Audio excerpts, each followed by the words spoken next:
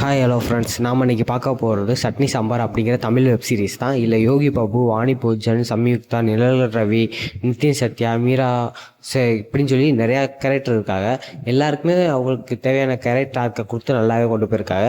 இந்த web series முழுக்க முழுக்க சூப்பராக இருந்துச்சு. 6 எபிசோட் இருக்குது. 6 எபிசோடுமே எந்த இடத்துல பெரிய அளவு லாக் ஆகாது. ஓரளவுக்கு காமெடியாகவும் சீரியஸான டோன்லேயும் அப்படி மெதுவாக போயிட்டே இருக்கும். நல்லாவே இருந்துச்சு. எனக்கு ரொம்ப ரொம்ப பிடிச்சிருந்த வெப் சீரிஸ். ஸோ இந்த வெப் சீரிஸ் பார்க்காதவங்க பார்த்துட்டு வந்து இந்த வீடியோ செக் பண்ணுங்கள். ஸோ இப்போதைக்கு நம்ம வீடியோக்குள்ளே போகலாம். வீடியோட ஸ்டார்டிங்லேயே அமுதா கஃபே அப்படின்னு ஊட்டியில் ஒரு கஃபே இருக்குது. அந்த கஃபே தான் காட்டுறாங்க. அதில் வந்துட்டு சாம்பார் ரொம்ப சூப்பராக இருக்கும் அப்படின்னு சொல்லி ஒரு சேனலில் வந்து இன்டர்வியூ எடுத்துக்கிட்டு இருக்கா. இன்டர்வியூ எடுத்துகிட்டு அங்கே இருக்க கார்த்தி அப்படிங்கிற கேரக்டர்கிட்ட போய் இன்டர்வியூ எடுக்கிறார். அவர் தான் ஓனரோட பையன். அதாவது ஓனர் வந்துட்டு நிழல் ரவி தான் ஓனர் இருப்பார். அவரோட பையன் தான் கார்த்தி. அவரோட மாப்பிள்ளை தான் இளங்கோங்கிற கேரக்டர் வராப்புல. அப்படி ரத்தினசாமிங்கிறவர் தான் ஓனர். அவர் தான் அந்த அமுதா கஃபே வச்சு நடத்திட்டு வருவார். அவர்கிட்ட கேட்பாங்க, அமுதா கஃபேன்னு ஒரே ஒரு பிரான்ச் மட்டும் ஊட்டியில் மட்டும் வச்சுருக்கேன், நீங்கள் வேறு இடத்துல பிரான்ச் வச்சு நல்லாயிருக்கும் அப்படின்னு கேட்கும்போது, இல்லை அமுதா கஃபேனா அப்படி இந்த ஒரு கஃபே தான் இருக்கணும், வேறு இடத்துக்கு நான் வைக்கிறதுக்கு விருப்பமே இல்லை அப்படின்னு சொல்லுவார். அப்படி சொல்லி இன்டர்வியூலாம் கொடுத்துட்டு வீட்டில் போய் எல்லோரும் சாப்பிட்டுட்டு இருக்கும்போது அவருக்கு டக்குன்னு ஒரு மாதிரி ஆகி அவர் கீழே மயக்கம் போட்டு விழுந்துருவார். தூக்கொண்டி பார்க்கும்போது தான் அவருக்கு கேன்சர் ஹை லெவல் ஆயிடுச்சு. இதுக்கப்புறம் அவரை காப்பாற்ற முடியாது அப்படின்னும் போது இளங்கோவும் கார்த்தியும் சேர்ந்து அவரை கூட்டு போய் வேறு இடத்துல வச்சு பார்க்கலாம் அப்படின்னு ட்ரை பண்ணுவாங்க. பட் அவங்க அம்மா சொல்லுவாங்க, இல்லை வேணாம், அவர் இந்த 3 மாதம் ரொம்ப கஷ்டப்பட்டுட்டு இருக்காரு, அவர் திரும்பியும் ட்ரீட்மெண்ட்னு சொல்லி கொண்டு போய் அவரை கொடுமைப்படுத்த வேணாம், விட்டுருங்க, அவர் இந்த 3 மாதத்துலேயே நிம்மதியாக இருந்துட்டு போகிறாரு அப்படின்னுவார். இப்போதைக்கு நான் ரத்தினசாமி கார்த்தியை கூப்பிட்டு நான் அவன்கிட்ட ஒன்று பேசணும் வா பண்ணும்போது, இப்போ கார்த்தி போய் என்னன்னு கேட்கும்போது, நான் உங்கள்கிட்டலாம் சில விஷயம் மறைச்சிட்டேன், எனக்கு இப்போ தான் ரொம்ப கஷ்டமாக இருக்குது, எனக்கே இந்த விஷயம் தெரியாது, எனக்கே கொஞ்ச நாளுக்கு முன்னாடி தான் அந்த விஷயம் தெரியும், ஸோ நான் அதை உங்கள்கிட்ட சொல்கிறேன், நீ அதை எப்படியாச்சும் எனக்காண்டி நிறைவேற்றி கொடு அப்படின்னு சொல்லும்போது கார்த்தி சரி சொல்லுங்கள் அப்படின்றவாப்புல. அப்போ கேட்கும்போது ரத்னசாமி சொல்லுவாப்புல, எனக்கு அமுதான்னு ஒரு பொண்ணு கூட பழக்கம் இருந்துச்சு நான் சென்னையில் இருக்கும்போது, பட் நான் விட்டுட்டு வந்துட்டு தான் அவங்க அம்மாவை நான் கல்யாணம் பண்ணேன், உங்கள் அம்மாவை கல்யாணம் பண்ணதுக்கப்புறம் தான் அமுதா கப்பேன்னு வச்சேன், என் பொண்ணுக்கும் அமுதான்னு பேர் வச்சுருந்தேன் அப்படின்போது மைனாவை காட்டுவாங்க. மைனா தான் அமுதாங்கிற பேர் வச்சு இவளோட பொண்ணாக இருப்பாப்புல.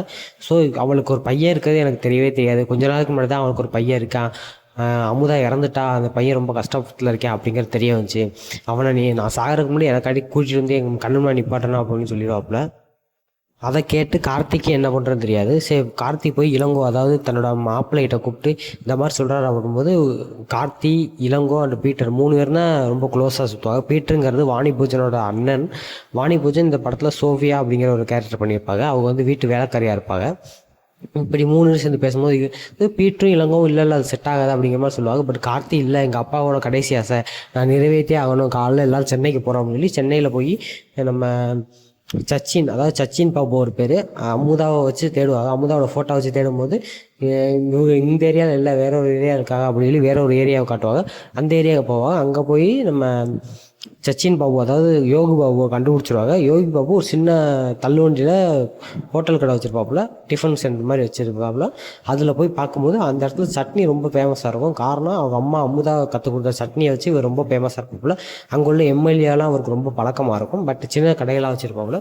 அவர்கிட்ட போய் பேசணும்னு ட்ரை பண்ணும்போது, என்னத்தை பேசணும், அவர் இந்த மூஞ்சியை பார்த்தா அவன் அண்ணன் மாதிரியாக இருக்குது அப்படின்னு இளங்கோ கேட்கும்போது, மாமா சும்மா இருங்க, என்ன இப்படி பேசுகிறீங்க, அவர் என்னதான் இருந்தாலும் எங்கள் அண்ணே, அவர் கூட தான் நான் ஊருக்கு வருவேன் அப்படிங்கிற மாதிரி சொல்லுவாரு.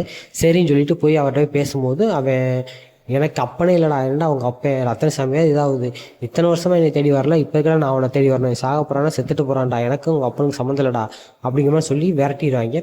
அதுக்கப்புறம் 2-3 டைம் போய் மறுபடியும் பேசி பார்ப்பாங்க. பட் எந்த இடத்துலையுமே நம்ம யோகி பாபு ஒத்துக்க மாட்டார், அதாவது பாபு ஒத்துக்க மாட்டார். இப்போ என்ன பண்ணுறது அப்படின்னு தெரியாமல் இருக்கும்போது, சரி ஓகே, அவர் நான் எப்படியாவது கூட்டு போய் ஆகணும் அப்படின்னு சொல்லிட்டு, நாங்கள் உங்கள்கிட்ட கடைசியாக ஒரு நாள் பேசணும் வாங்க, இன்றைக்கி நைட்டு பேசுவோம் அப்படின்னு சொல்லி கூப்பிடுவாங்க. பாபுவும் சரி ஓகே கூப்பிட்றாங்களே இப்போ பேசுவோம்னு சொல்லிட்டு போகும்போது, அங்கே சரக்கு வாங்கி கொடுத்து அதில் மயக்க மருந்தை கலந்து கொடுத்து ஊட்டிக்கு தூக்கிட்டு போயிடுவாங்க. ஊட்டிக்கு தூக்கிட்டு போனதுக்கப்புறம் தான் பாபுக்கு தெரியும், ஐயா நம்ம தூக்கிட்டு வந்துட்டானே, நான் வரமாட்டேன் அப்படின்னும்போது, இல்லை நீ வந்து ஒரு தடவை மட்டும் அப்பா பாரு, அப்பா என்ன சொல்கிறாரோ அதை கேட்டுட்டு நீ போயிடு அப்படின்வாங்க. சரி ஓகே, நான் உனக்காண்டி வரேன், அவனுக்காண்டி நான் வரல, அவன் அப்பனே கிடையாது அப்படின்னு சொல்லிட்டு அவன் பாபு போய் பார்ப்பான். அங்கே தான் வாடி போச்சுன்னா நம்ம பாபு ஃபஸ்ட் டைமாக மீட் பண்ணுவார், அதாவது சோபியை மீட் பண்ணுவாப்போ.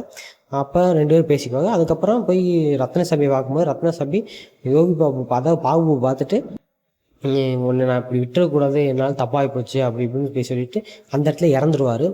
இறந்தோன்னே அங்கே உள்ள எல்லாரும் சேர்த்து அவரை அடக்கம் பண்ணிடுவாங்க. சரி அதான் உங்கள் அப்பா அடக்கம் பண்ணிட்டீங்க, நான் ஊருக்கு கிளம்புறேன். கிளம்பும்போது அப்பா என்ன சொன்னார், என் காரியம் முடிகிற வரைக்கும் நீங்கள் இருந்துட்டு தான் போகணும் அப்படின்னு சொல்லி உன்னோட சத்தியம் வாங்கியிருக்காரு. 13ஆம் நாள் காரியம் முடிகிற வரைக்கும் நீங்கள் தான் இருந்தாகணும், அதுக்கெல்லாம் நீ போகக்கூடாது அப்படின்ட்டுவார். இவன் இல்லை நான் இருக்க மாட்டேன், நான் போகிறேன் போது இல்லை இருந்து தான் ஆகணும் அப்படின்னு சொல்லி இருக்க வச்சுருவாங்க. அதுக்கப்புறம் என்ன பண்ணுறது தெரியாமல் பாபுவும் அங்கேயே இருந்துருவாப்புல.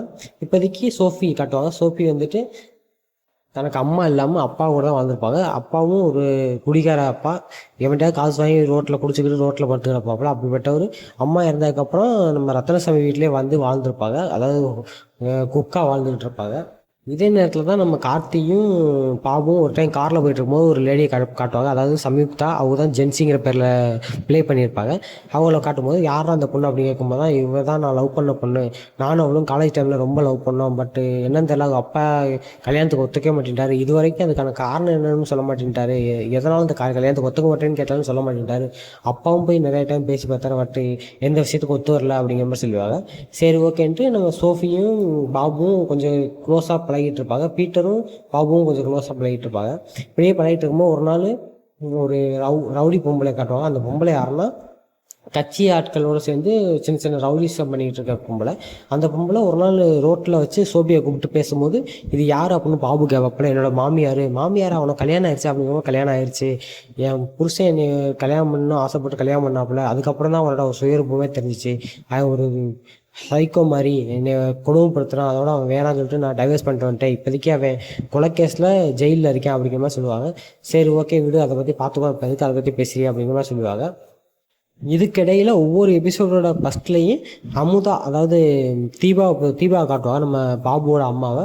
அவங்க எப்படி வாழ்ந்தாங்க, அவங்க இந்த சட்னியோட ரகசியத்தை எப்படி பாபுக்கு சொல்லி கொடுத்தாங்க, அவங்க ரத்தனசாமி எப்படி மதிச்சாங்க அப்படிங்கிற மாதிரி சின்ன சின்ன ஒரு 5 நிமிஷமாக ஓடும். அந்த எபிசோட்லாம் ஒவ்வொரு எபிசோட்லையும் காட்டுவாங்க. அது சூப்பராக இருக்கும். இதுக்கிடையில் நம்ம கார்த்தி எத்தனையோ தடவை பாபு வந்துட்டு என்னோட அண்ணன் தான், நம்ம அப்பாவுக்கு பிறந்தவர் தான் அப்படின்னு அமுதா கிட்டையும் அவங்க அம்மாட்டையும் சொல்கிறதுக்கு ட்ரை பண்ணுவான். பட் எந்த ஒரு சூழ்நிலையும் இளங்கோ சொல்ல விடாமல் அதுன்னு சொல்லி தடுத்துக்கிட்டே இருப்பார். அவன் இந்த விஷயத்தை எப்படியாச்சும் சொல்லி அது அவங்கள்ட்ட இருந்து நல்ல விஷயம் வாங்கிக்கணும், அவங்க இந்த விஷயத்தை ஏற்றுக்கணும் அப்படிங்கிறது தான் நம்ம கார்த்தியோட ஒரே குறிக்கோள். ஏன்னா கார்த்தி நம்ம பாபுவை தன்னோட சொந்த அண்ணனாகவே ஏற்றுக்குவார். பட் அதே மாதிரி அக்காவும் அவங்க அம்மாவும் ஏற்றுக்கணும் அப்படிங்கிறது தான் கார்த்தியோட ஒரே குறிக்கோள். ஏன்னா அப்பாவோட கடைசி ஆசையை அவன் நிறைவேற்றி ஆகணும் அப்படிங்கிறதுக்காண்டி அவன் எல்லா முயற்சியும் பண்ணிக்கிட்டு இருப்பான். பட் அவங்க அம்மா ஏற்றுக்குவாங்களாங்கிறது இளங்கோவுக்கு தெரியாது. அதனால் இளங்கோ இல்லை இது விஷயத்தை சொல்லாத, அவன் தான் 13ஆவது காரியம் முடிஞ்சு போகிறேங்கிறால அவனை எப்படியாச்சும் அனுப்பி வச்சிடும் அப்படிங்கிற மைண்ட் செட்லேயே அவர் அனுப்பி வைக்கிற ஐடியாலே இருப்பார். இதுக்கிடையில் நம்ம யோகி பாபு, அதாவது பாபு வந்துட்டு அவங்க அப்பாவை கொஞ்சம் கூட மதிக்க மாட்டான். அவங்க அப்பா இறந்துட்டாருன்னு கூட அவருக்கு கவலையே இருக்காது. தனக்கு இங்கே வந்துட்டோம், 13ஆம் நாள் காரியம் முடிஞ்சோன்னு இங்கேருந்து நம்ம கிளம்பி நம்ம ஊருக்கு போயிடணும் அப்படிங்கிற ஒரே ஒரு மைண்ட் செட்டில் மட்டும் தான் இருந்துகிட்டு இருப்பார். இதே நேரத்தில் நம்ம சோபிக்கு அந்த பிரச்சனை வந்துடும்.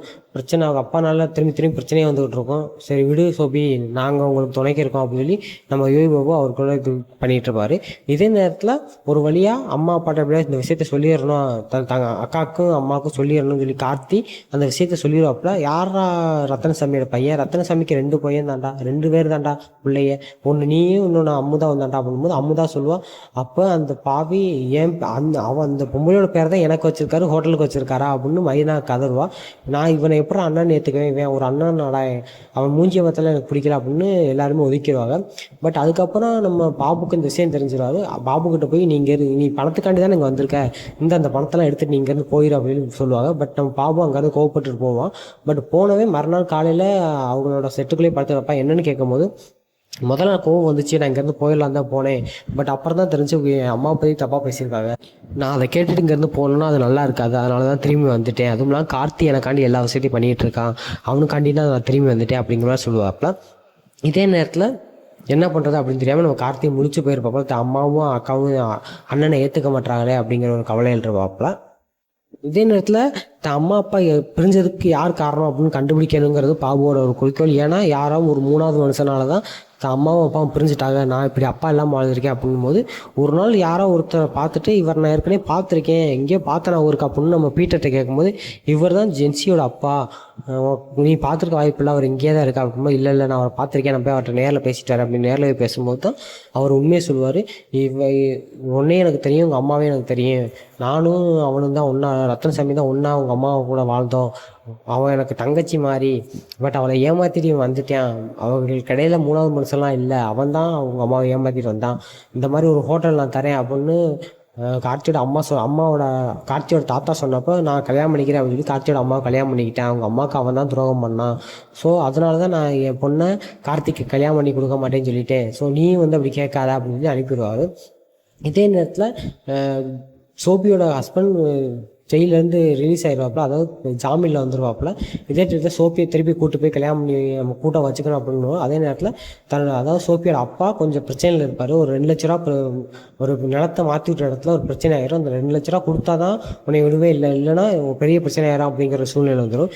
இந்த சூழ்நிலையை சோப்பியோட மாமியார் தனக்கு சாதகமாக எடுத்துக்கிட்டு, நான் அந்த 2 லட்ச ரூபா கொடுத்துட்றேன், உங்கள் பொண்ணை என் பையன் கூட வந்து வாழ வைங்க அப்படின்னும்போது நம்ம சோபியோட அப்பா போய் சோபிகிட்ட பேசுவார். பட் சோபி, இதுக்கு நீ என்னை அவன் கூட வாழ சொல்கிறதுக்கு தினமும் ஒருத்தங்க கூட என்னை வாழ சொல்லிடலாம், நீ அப்பா மாதிரி வாழலை, வேற ஒருத்த மாதிரி வாழ்கிற அப்படிங்கிற மாதிரி சொன்னோன்னா அந்த சோகம் தாங்க முடியாமல் சோபியோட அப்பாவும் போய் தூக்கில் தொங்கிடுவார்.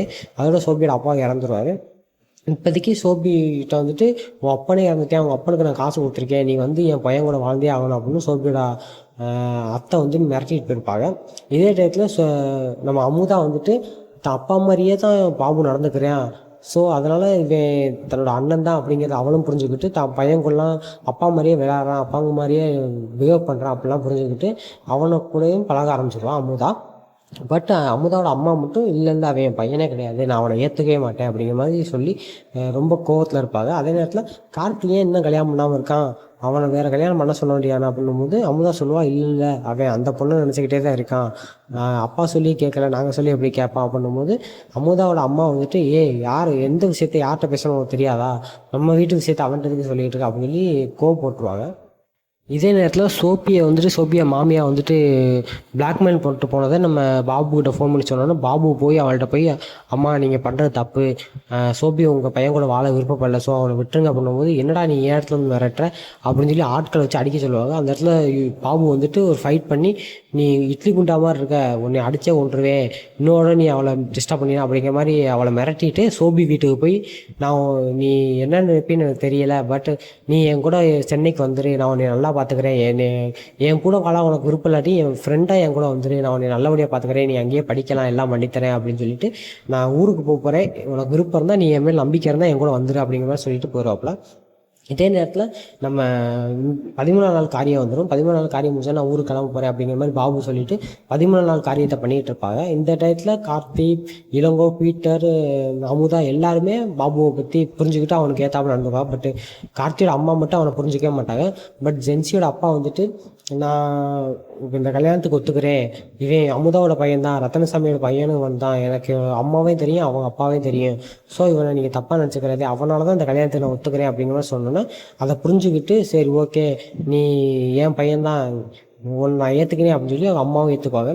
இதோட நான் கிளம்புறேன், இதுக்கப்புறம் நான் இங்கேருந்து என்னென்ன பண்ண போகிறேன், நான் போய் என் தொழிலை ஆரம்பிக்கிறேன், நீங்கள் உங்கள் தொழிலை பாருங்கள், நம்ம 2 பேரும் ஒன்றோட ஒன்று பெட்டராக பண்ணி காட்டுவோம் அப்படிங்கிற மாதிரி சொல்லிட்டு நம்ம பாபு ஊருக்கு கிளம்புவார். ஊருக்கு கிளம்பும்போது தான் அந்த காருக்குள்ளே பார்க்கும்போது அந்த காருக்குள்ளே சோபி உட்காந்துப்பா. என்ன சோபி இங்கே இருக்கா அப்படின்னு கேட்கும்போது, ஒன்றுமே தெரியாத மாதிரி பண்ணாத, அப்போ என்னை நம்பி வந்துட்டாளா, சரி ஓகே நான் அவளை கூட்டிகிட்டு கிளம்புறேன் அப்படிங்கிற மாதிரி சொல்லி அங்கேருந்து பாபு ஊருக்கு கிளம்புற மாதிரி கிளம்புவார். அதோட அந்த எபிசோட் முடிகிற மாதிரி இருக்கும்.